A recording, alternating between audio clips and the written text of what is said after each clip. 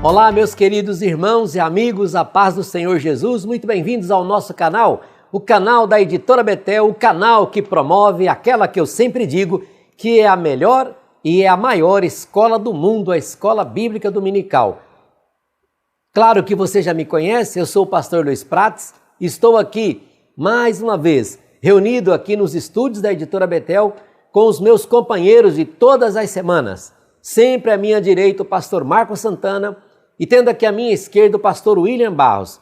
Juntos, nós vamos nesta aula, neste vídeo, dar início aos estudos da nossa revista Betel Dominical. Hoje eu estou aqui com um formato grande, essa revista linda, maravilhosa aqui, do quarto trimestre de 2022. O tema da nossa revista, essa maravilhosa do trimestre que vamos estudar, a Igreja e o Espírito Santo. Vamos ver aqui a necessidade do avivamento promovido pelo Espírito Santo para os dias atuais.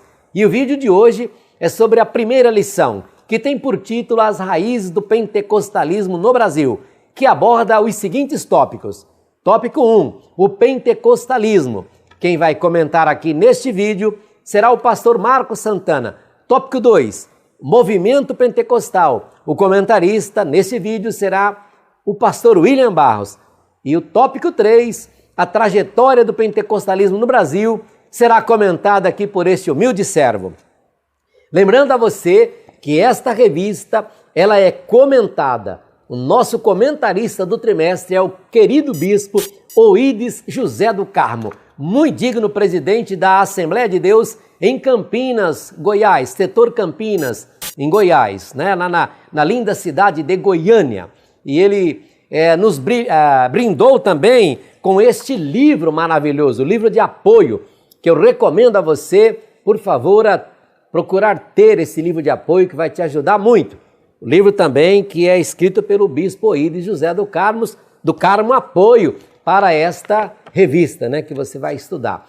Mas antes aqui de começarmos o nosso estudo, eu quero aqui aproveitar esse momento para deixar registrado a minha profunda gratidão, a nossa profunda gratidão, a profunda gratidão da Igreja Mãe aqui em Madureira.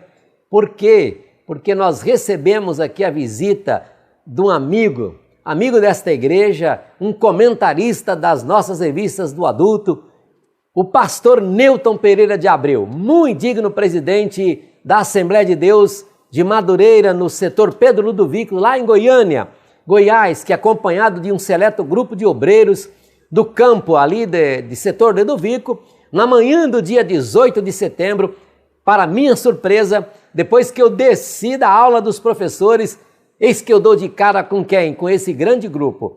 Eles estavam na Igreja Mãe, eles compareceram aqui, numa alegria tremenda, quando me viram já foram querer tirar foto, aquela coisa maravilhosa, eu me senti tão empolgado, fiquei tão feliz com aquilo, porque foi uma surpresa. E engraçado que quem conhece Madureira sabe, quando eu desci a escada da galeria que fica em cima do púlpito, quando eu desci para ir ao púlpito para dar início à aula em classe às 9 horas da manhã, porque o nosso estudo com o professor é das 8 às 9, eu já dei de cara com eles e eles estavam levantando do banco para vir me dar um abraço, para dizer a alegria de estar na Igreja Mãe e me ver ali pessoalmente. Sempre eles acompanham aqui pelo vídeo. Olha que surpresa maravilhosa. Então, muito obrigado porque vocês vieram e não somente vieram a passeio, mas vieram para principalmente participar da Escola Bíblica Dominical aqui na Igreja Mãe. Que maravilhosa surpresa, meus amigos. Que manhã extraordinária ver o pastor Newton Pereira de Abreu ministrando para nós, os obreiros, né? Ele queria me ouvir, mas é evidente que eu tenho juízo. Eu passei a ele o microfone negativo. O Senhor é que vai ministrar para nós, e ele contou a sua trajetória de vida, a história, né, dentro da lição, foi maravilhoso. Ficamos felizes com aqueles comentários maravilhosos. Então, em nome do nosso bispo Abner, da nossa bispa Marvi, eu quero deixar aqui registrado os nossos sinceros agradecimentos pela visita de vocês. Amigos, voltem outras vezes. Gratidão. E agora, convido a você, pegue a sua Bíblia, a sua revista, seu plano de aula e uma caneta, porque vai começar agora o nosso estudo, começando aqui pelo pastor William Barros, a quem eu dou as boas-vindas. A paz do Senhor, pastor William Barros. Seja bem-vindo, meu amigo. Pai do Senhor, pastor Luiz Prates, pastor Marcos Santana, e a todos vocês que estão conosco aqui para mais uma aula pela editora Betel. A nossa primeira lição desse trimestre, cujo tema As Raízes do Pentecostalismo no Brasil. Nosso texto áureo está em Mateus capítulo 28, verso de número 19. Portanto, ide, ensinai todas as nações, batizando-as em nome do Pai, e do Filho e do Espírito Santo. E a nossa verdade aplicada vai nos dizer que, até que Cristo venha, o discípulo de Cristo precisa continuamente buscar renovação e manter-se dependente da ação do Espírito Santo. Muito bem, quero também dar a saudação aqui, as boas-vindas ao pastor Marcos Santana. Paz do Senhor, pastor Marcos, seja bem-vindo. A paz do Senhor, pastor Prates, pastor William Barros, aos nossos irmãos. Antes de fazermos a leitura dos objetivos, eu quero enviar uma saudação para o campo 3 da Assembleia de Deus, Ministério de Madureira, no estado do Amazonas. Pastor Benedito, pastor presidente, e o pastor Júnior, superintendente da EBD. Uma saudação, um grande abraço para os nossos irmãos que estão ligados aí conosco. Os objetivos da nossa lição, a lição de número 1, estamos iniciando este último trimestre. Os objetivos da nossa lição são mostrar a relevância do pentecostalismo na igreja, apresentar a origem do movimento pentecostal e falar sobre a chegada do pentecostalismo no Brasil. Textos de referência: João capítulo 14, versículos 16, 17, 18 e 26. Oremos e vamos pedir a bênção do Senhor para este momento. Nosso Pai Celestial, te louvamos e te bendizemos, porque até aqui o Senhor tem nos ajudado.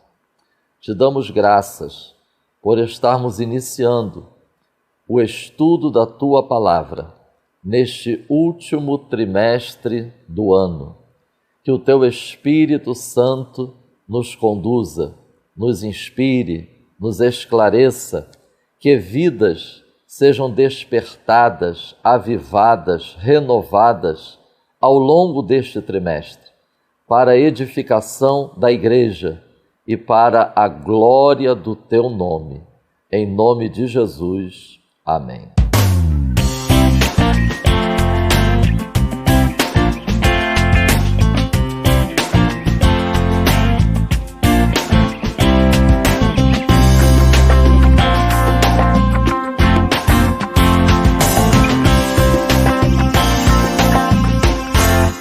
Meus irmãos, a nossa lição de hoje trata sobre as raízes do pentecostalismo no Brasil.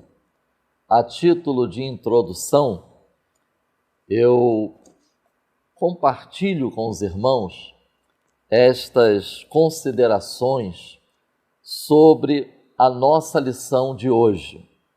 Primeira consideração, é uma lição que enfatiza a importância, a necessidade de conhecermos as principais expressões que estão presentes, que são usadas quando se procura identificar doutrinariamente as Assembleias de Deus no Brasil. Segunda consideração, a lição procura incentivar cada estudante para que procure conhecer as principais características presentes nos diversos movimentos de renovação e avivamento ao longo da história da Igreja. Nós vamos ver que estas principais características também estão presentes no início do movimento pentecostal no Brasil. O surgimento do movimento pentecostal no início do século XX.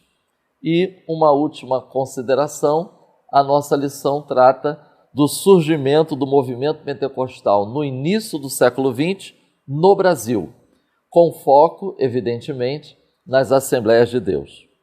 Eu proponho que, durante o estudo da presente lição, tenhamos em mente a seguinte pergunta: como chegamos até aqui? É uma lição que propõe estarmos refletindo e buscando conhecer esse caminho. Até porque, irmãos, o surgimento do movimento pentecostal no início do século XX no Brasil não se deu isolado do que estava ocorrendo há alguns anos em vários grupos cristãos pertencentes a diferentes denominações em diversos países. Tem um escritor chamado Gutierre Siqueira. Ele escreveu, e eu compartilho com os irmãos: como pentecostais, somos filhos da reforma de Lutero, pois o princípio protestante conduziu a Igreja aos diversos movimentos de renovação e avivamento. Também somos filhos do pietismo, como do puritanismo, do wesleyanismo, do mileniarismo, do biblicismo conservador, da missiologia. Tenhamos isso em mente ao estudarmos as raízes do pentecostalismo no Brasil. O tópico 1 da nossa lição tem como título O Pentecostalismo.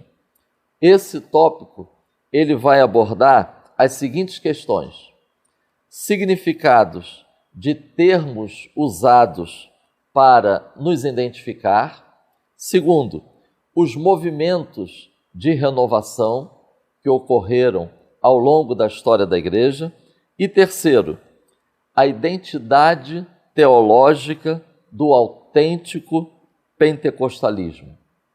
É mais do que a glossolalia, é mais do que falar em outras línguas.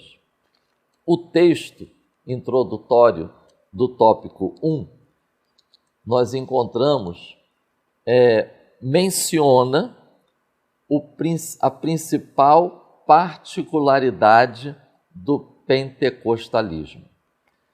Eu proponho, então, que o subtópico 1.1 seja importante aproveitarmos essa oportunidade para estarmos refletindo nestas questões. O que significa o termo pentecostalismo? Por que o uso do termo pentecostal? Por que associar a crença no batismo com o Espírito Santo, com a evidência inicial de falar em outras línguas, e na atualidade dos dons espirituais, com estes termos, pentecostalismo e pentecostal? Segundo o dicionário do movimento pentecostal, o termo pentecostal ele foi usado a partir de 1907 na Grã-Bretanha pelas igrejas históricas tradicionais para se referir aos crentes que criam e recebiam o batismo no Espírito Santo.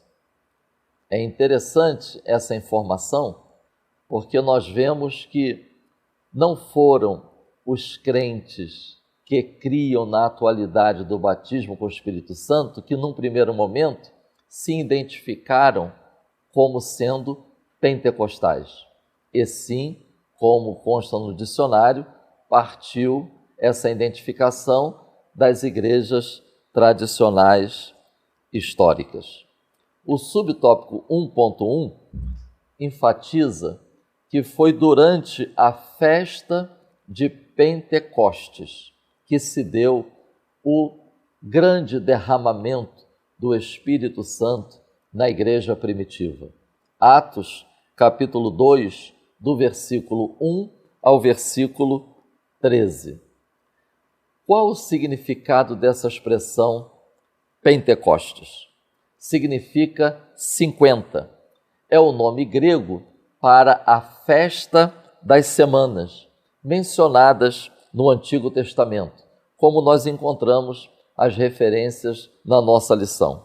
Essa festa, a festa das semanas, ela ocorria no 50º dia depois da Páscoa.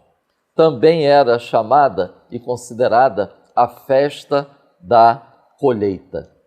Nessa festa, o povo de Israel celebrava a prontidão, a fidelidade do Senhor para com o seu povo, concedendo o suprimento necessário. É importante termos isto em mente ao meditarmos sobre o dia de Pentecostes.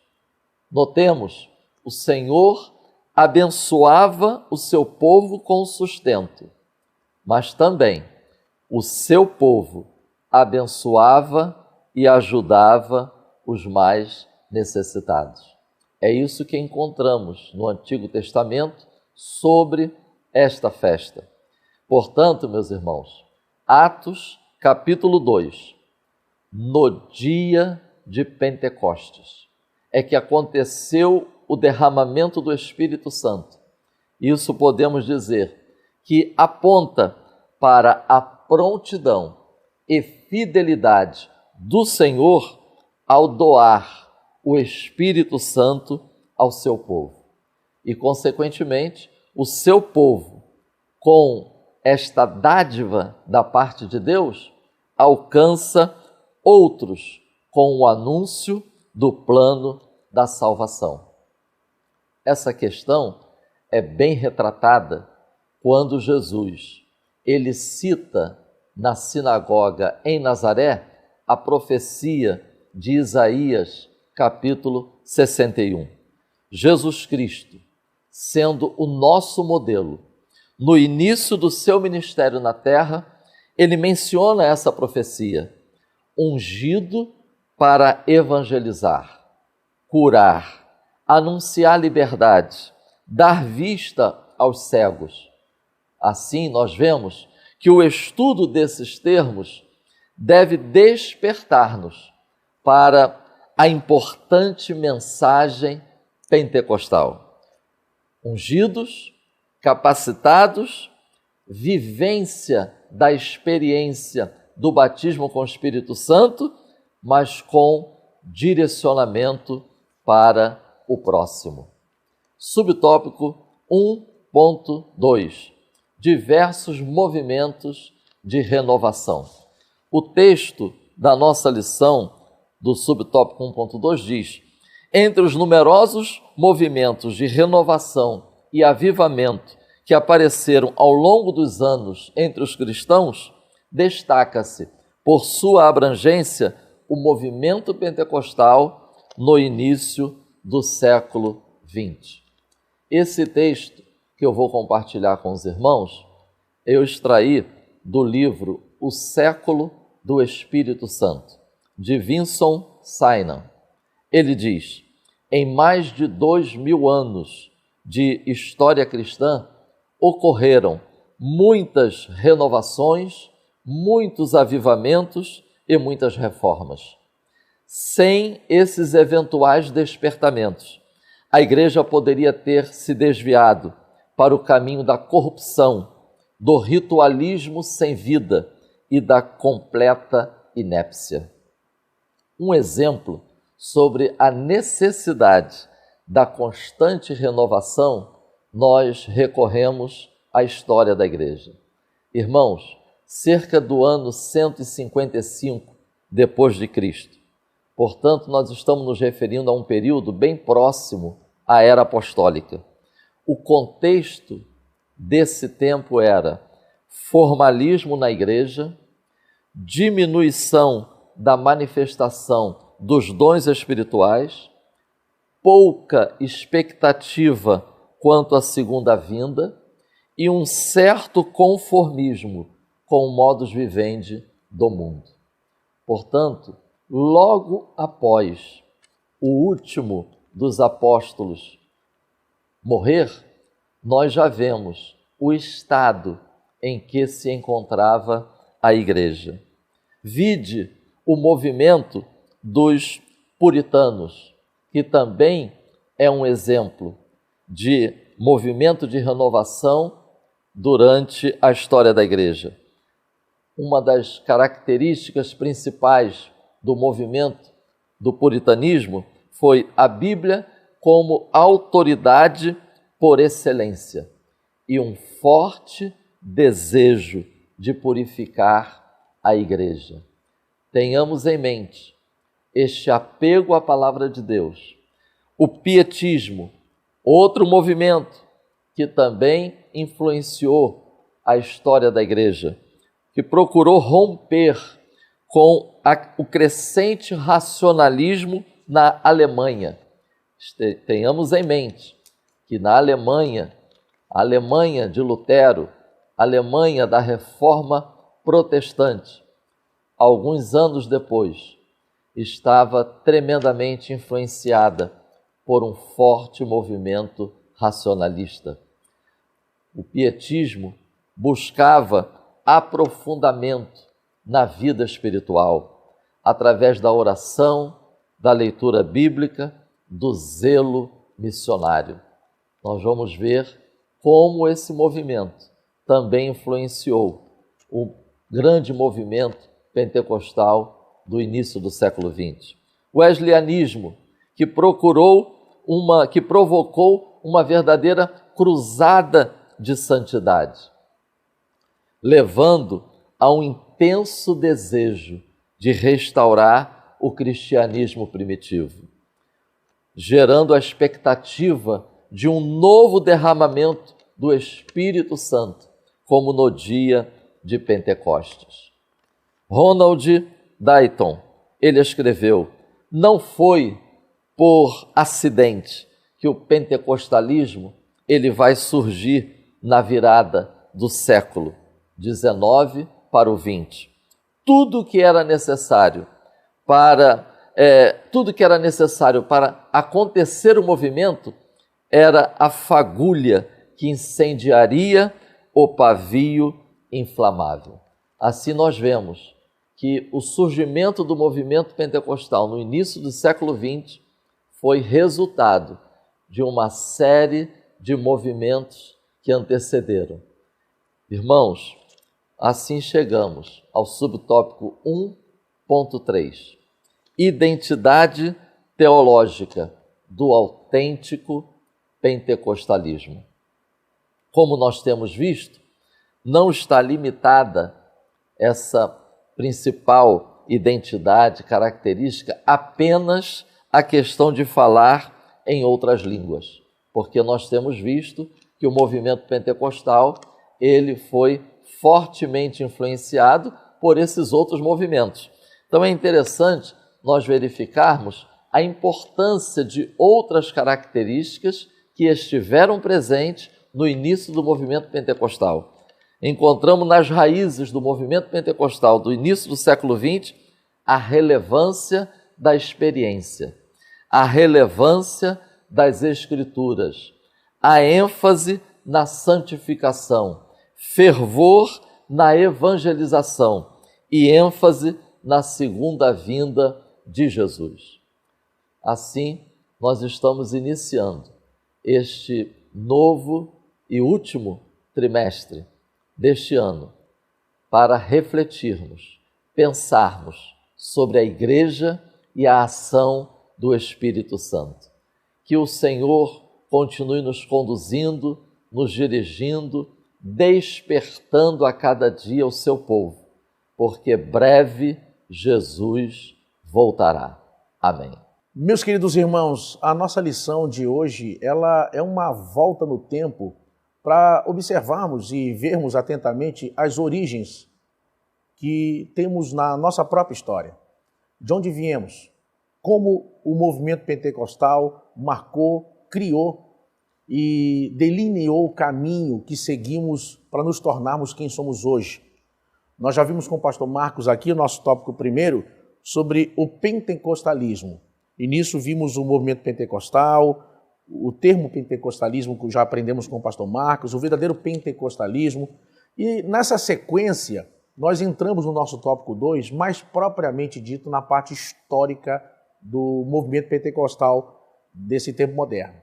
Uma coisa que a gente tem que ter em mente, e essa é algo importante que eu friso aqui para os professores, é o seguinte: é necessário tomar cuidado nessa aula para que a aula não seja um mero desenrolar de fatos históricos, para que professores não percam muito tempo com apenas datas, acontecimentos, e isso se torne o tudo da aula desse domingo. Irmãos, se falharmos em cometermos aqui nesse ponto, esse erro, teremos perdido talvez a maior oportunidade nesse momento de despertar os alunos, despertar cada irmão da EBD para um grande mover do Espírito Santo para nosso tempo. Essa aula não pode se concentrar e ater-se apenas a essas questões históricas. Nós precisamos associar a história com o tempo e contexto que vivemos agora e nisso trazer o despertamento para vivenciarmos os mesmos valores, os mesmos princípios e palmilharmos os mesmos passos que levaram naquele tempo a um grande despertamento e avivamento.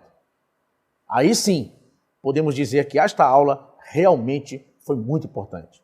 Caso contrário, irmãos, teremos perdido essa grande oportunidade e professores e alunos vão sair, imagine, sair da aula desse domingo, a Rua Azusa, foi 1906, sim, aconteceu.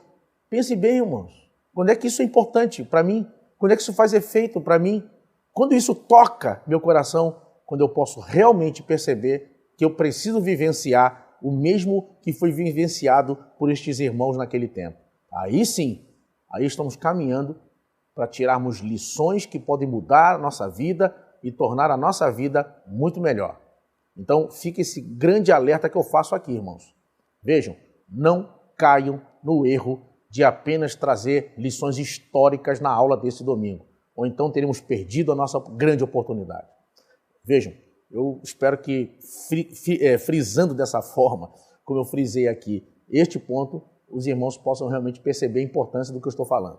Agora, entrando propriamente dito no tópico 2, movimento pentecostal, vejam, é inquestionável, inclusive essa é a palavra, é a expressão que o nosso autor aqui da revista começa utilizando, ele diz, é inquestionavelmente aceito por todos os pentecostais que o movimento pentecostal ocorrido no início do século XX, na Rua Azusa, em Los Angeles, Califórnia, em 1906, foi um relevante agente que difundiu a chama do Espírito Santo.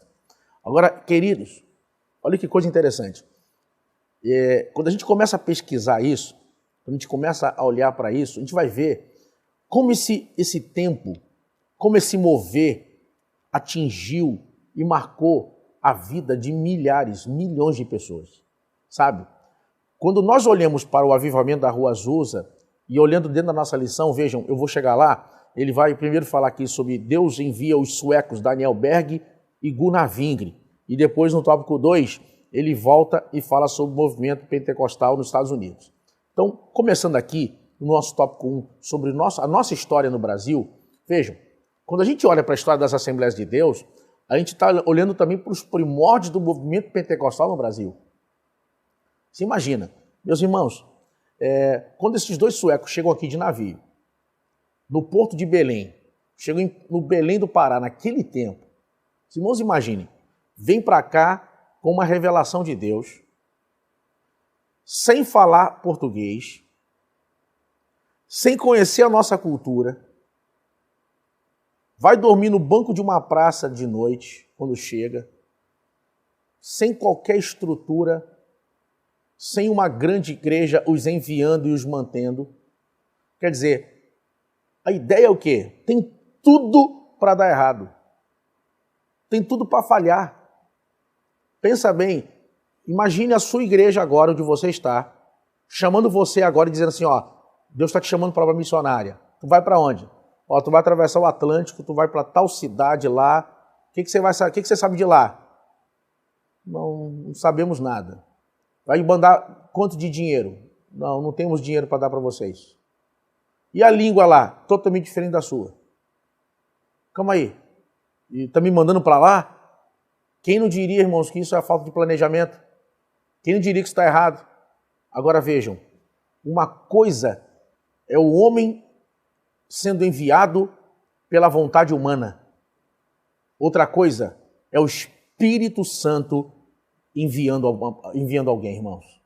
Deus revelou, Deus enviou, e o que vai acontecer? Deus vai pegar aquilo que humanamente falando tinha tudo para dar errado, tinha tudo para falhar, tinha tudo para terminar numa aventura de dois suecos chegando no Brasil, quem sabe passando fome, arrumando algum serviço e ficando por aqui mesmo e quem sabe congregar em alguma igreja, como aconteceu no início quando foram para a Igreja Batista, ou então voltando de volta para a sua pátria, sem dinheiro, perdidos e frustrados.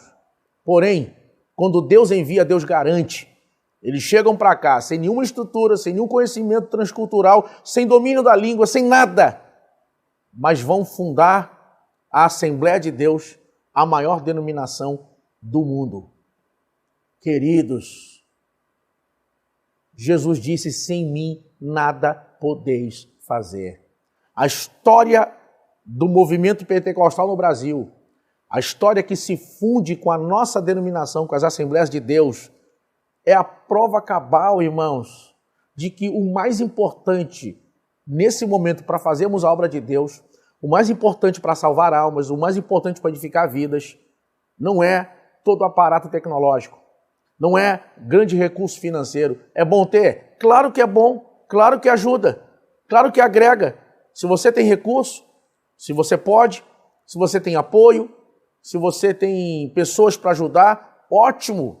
Mas, irmãos, o mais importante nesse domingo para que essa aula seja marcante, impactante, você não depende primeiro do recurso tecnológico. Não, se eu tiver um data show, se eu tiver... Tudo isso é bom.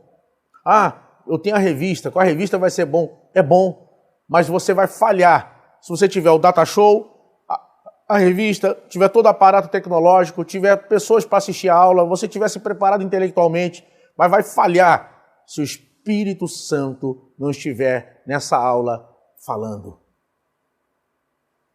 A razão da existência da Assembleia de Deus, a razão do sucesso dessa denominação, a razão do sucesso do movimento pentecostal é a presença e operação, a ação do Espírito Santo, a manifestação do Espírito Santo.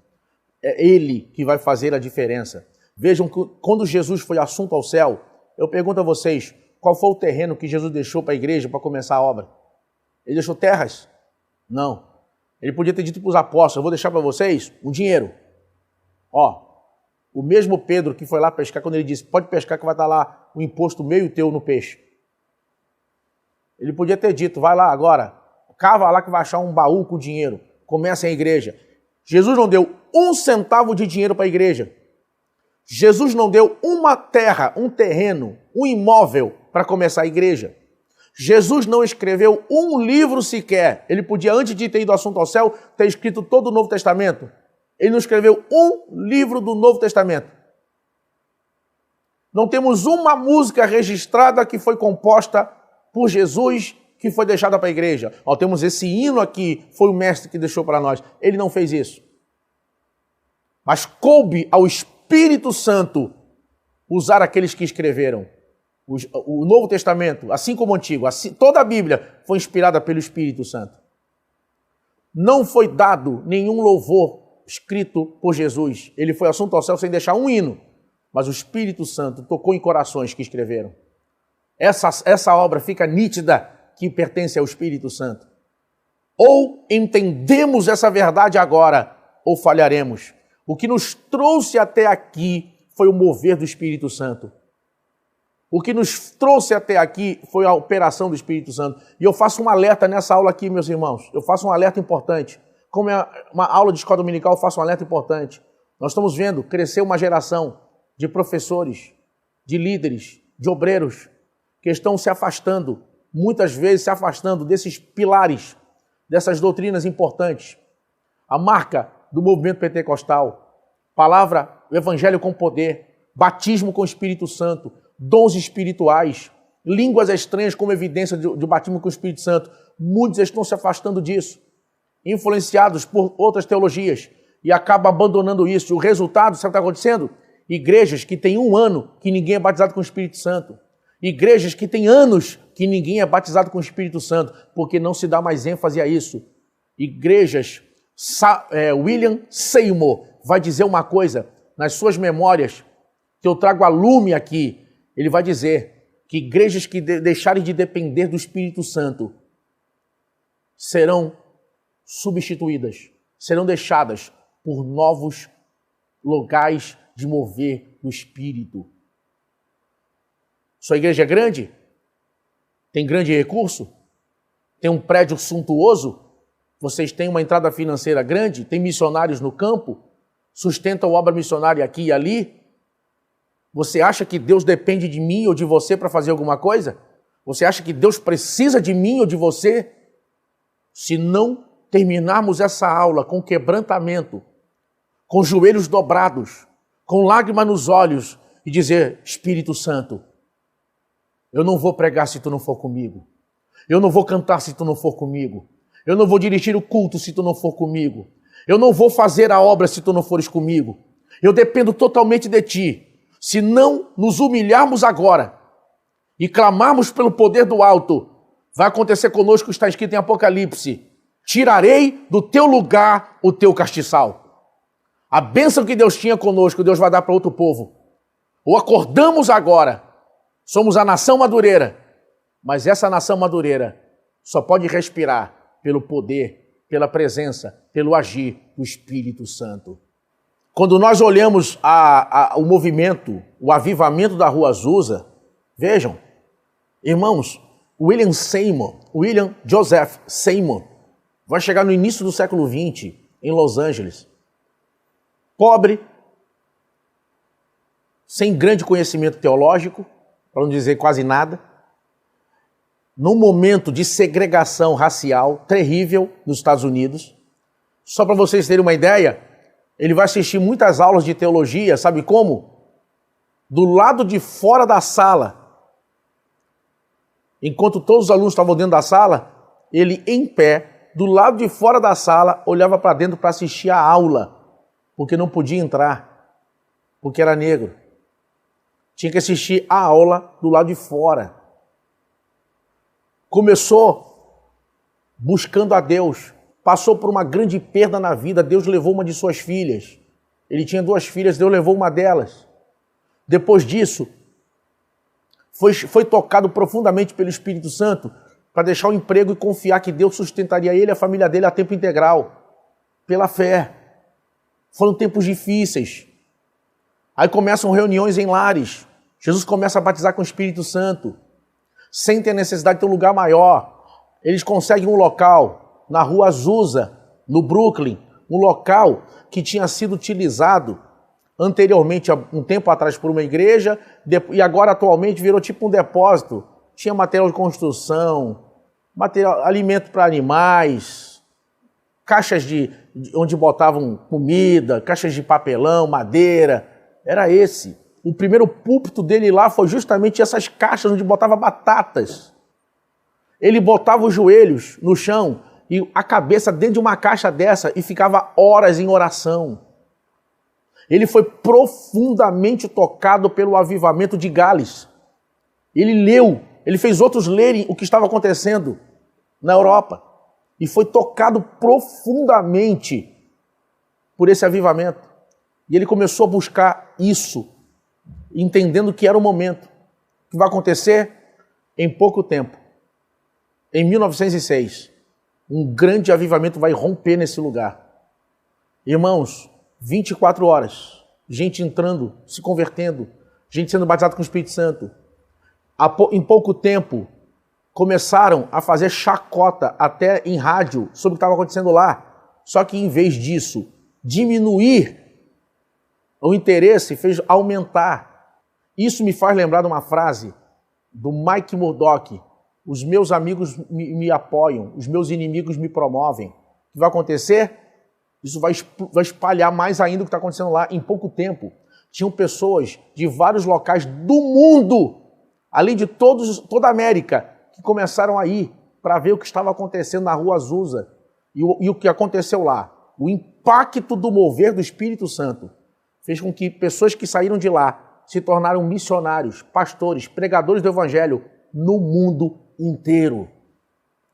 Sem som, sem grandes instrumentos musicais, sem programa de rádio ou TV, sem internet, sem avião, sem carro, espalhou no mundo inteiro o avivamento da Rua Azusa. Deixa Deus te usar. Deixa Deus te usar. Nós temos tudo que William Seymour não tinha. Nós tínhamos tudo que Daniel Berg e Gunnar Wingre, os suecos que vieram para o Brasil e fundaram a Assembleia de Deus, não tinham. Hoje nós temos rádio, televisão, internet. Nossos pastores têm programas, olha só, no YouTube, canais de YouTube para pregarem. Nós temos culto online. Nós hoje podemos falar com o mundo inteiro. Nós temos telefone. Nós temos tudo que eles não tinham. O que nós precisamos agora é buscar o que levou eles a fazer aquele grande trabalho. O que espalhou o avivamento foi o mover, foi a pessoa do Espírito Santo. Agora mesmo de você estar assistindo essa aula agora, eu lhe desafio a parar um minuto, se você puder, e fechar os seus olhos. Se você estiver num local onde você não possa fazer isso, pelo menos pense por alguns segundos e fale agora: Espírito Santo, eu estou aqui. Eu sou só uma pessoa de carne e osso, mas eu tenho um coração que arde pela tua presença. Me enche agora. Pessoas que estão assistindo essa aula que ainda não foram batizadas com o Espírito Santo, se você crê, Ele pode lhe batizar agora enquanto você ouve estas palavras. Você pode, aí onde você está agora, receber o batismo com o Espírito Santo e falar agora, neste exato momento, pela primeira vez na sua vida, em línguas estranhas. Receba aí agora a presença do Espírito Santo. Receba aí agora o batismo com o Espírito Santo. Recebam agora, onde você está agora, neste momento, a manifestação sobrenatural do Espírito. Eu declaro sobre a sua vida aqui agora: sopra, Espírito Santo. Sopra agora, Espírito de Deus. Toca pessoas de uma forma sobrenatural. Porque nós não estamos aqui para falar de uma lenda, de um mito, de uma fantasia.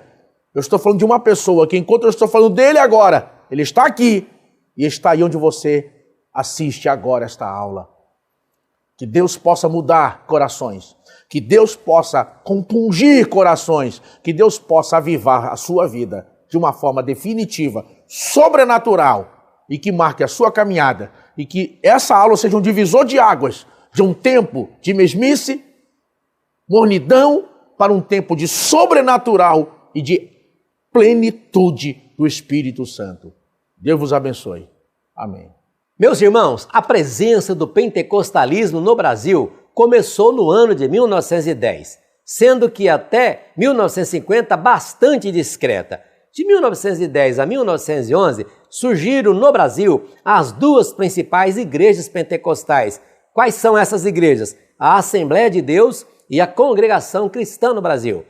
E que nos primeiros 40 anos desenvolveram-se também de forma bastante discreta. E a partir de 1950, do ano de 1950 até o ano de 1970, as igrejas pentecostais elas cresceram muito. Tiveram um crescimento estrondoso no Brasil. Por causa do quê? Da presença gloriosa do Espírito Santo. Esse Deus maravilhoso que estaremos falando sobre ele nesses 3 meses.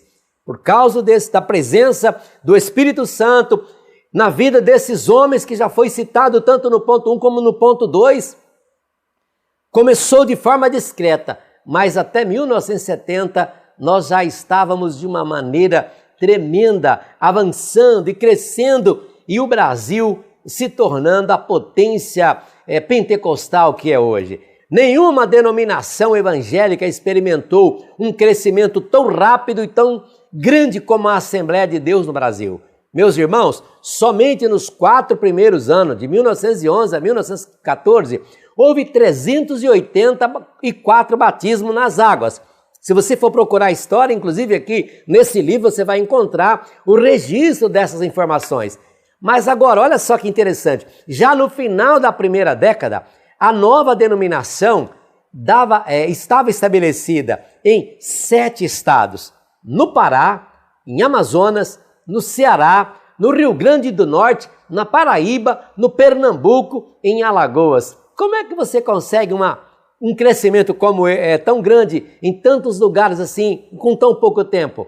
A presença do Espírito Santo. É o Evangelho, é essa chama pentecostal, que uma vez que você tem essa experiência, você nunca mais é o mesmo. Você torna um ganhador de almas, aquele que passa a ter paixão pelas almas, e você quer o quê? Você quer se doar, fazer com que mais pessoas sintam a mesma alegria e a mesma paz que a gente encontra na pessoa de Jesus Cristo, revelado pelo Espírito Santo na vida do crente.